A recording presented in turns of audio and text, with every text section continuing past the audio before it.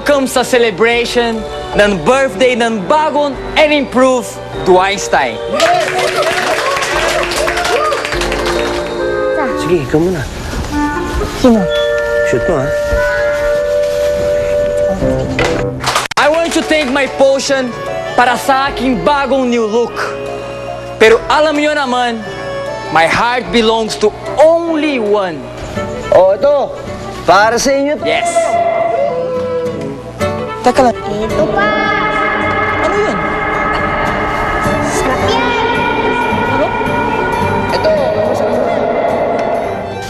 Ito, mas masarap to. At lalong ito pa! Ito pa! Sarap yan! Ay! Ah!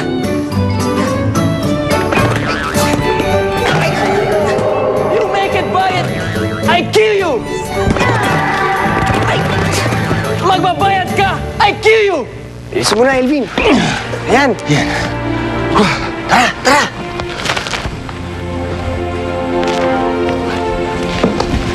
Teka. Saan ba natin hanapin si Dorfina? Ha? Paano ba?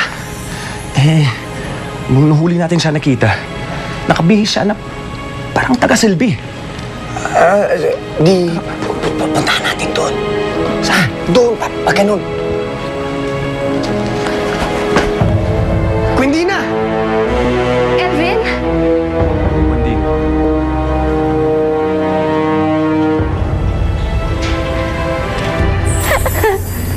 Sige, bilis pa! hoy! Zinya, ganito oh. Yan. Tapos ganito.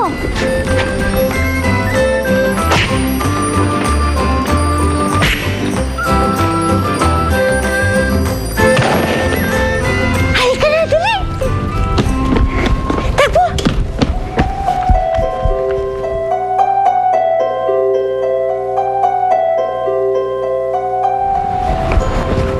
Kayo lang ba tatakas? Parang si Nanay Ingrid. Huwag ka mag-alala. Pagkatapos ko magawa yung kailangan kong gawin, pag nakuha ko na yung espada, babalik tayo dito. Kukunin natin si Nanay Ingrid at lahat ng mga duwende.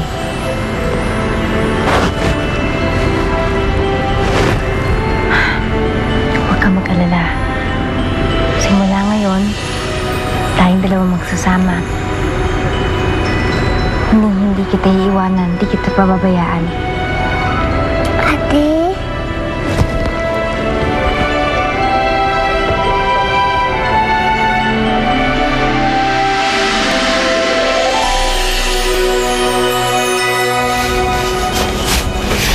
Siguro, tuwang-tuwa na sila dun sa inalay natin. Sana nga talagang matulungan na nila tayo, no? Oo nga.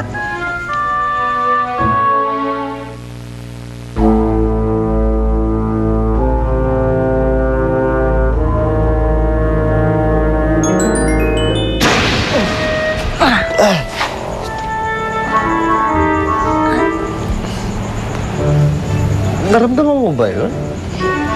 Oo. Baka nagtithank you sila sa atin. Welcome!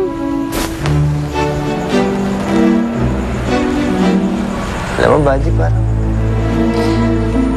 napagod yata ako sa ginawa natin, ha? Ako nga rin.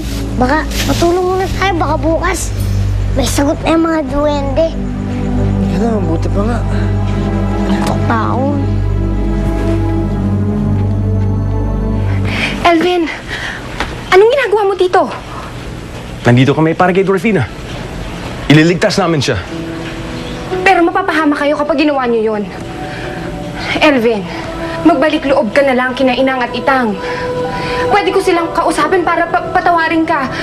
Para hindi ka nila parusahan. Tawad?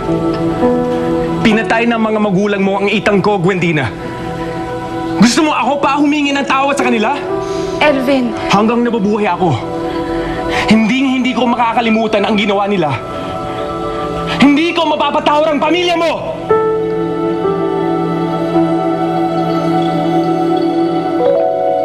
Tumakas si Prinsesa Dorfina. Kasama niya yung batang anak ng namatay na kawal. Ano? Iisang lugar lamang ang pupuntahan ni Dorfina. Tatangkain niyang kunin ang mahiwagang espada sa hardin ng palasyo. Huwag na huwag niyo siyang hahayaang makapasok doon, ha? At ibalik niyo siya agad sa akin kapag nakuha niyo na siya. Sige na.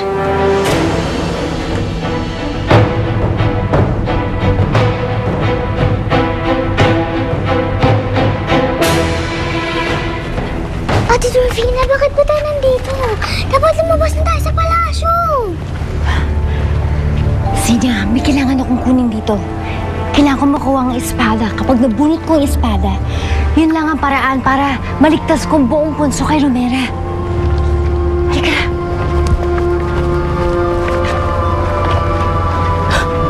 Mga kawal! Hindi na tayo pwede matakasan muli ni Prinsesa Dorfina. Sigurado hindi na tayo patatawarin ng mahal na reyna. Nalaman nila agad na nakatakas tayo. Hindi tayo makapasok dyan, ate. Mahuli nila tayo eh. Huwag ka mag-alala. Dito lang tayo mag-iintay. Ligtas tayo dito. Mapapagod din yung mga yan, kakaintay. Elvin, magpapaliwanag ako. Hindi ko makukuha sa paliwanag ang nangyayari sa itang ko. Pero wala naman akong kinalaman sa ginawa nila sa itang mo. Elvin, wag mo naman akong husgahan sa ginawa ng mga magulang ko. Iisa ang dugo nyo. Pare-pareha kayo! May itim ang budhi! Tama na, Elvin.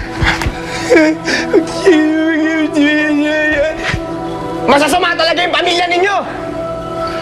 Bahala, Elvin.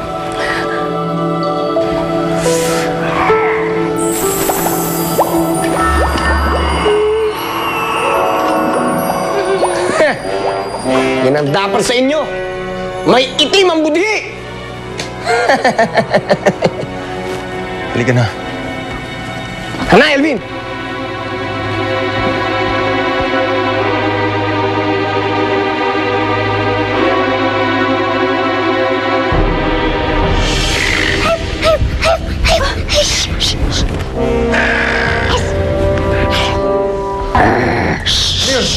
Doon! Lumabas ka dyan!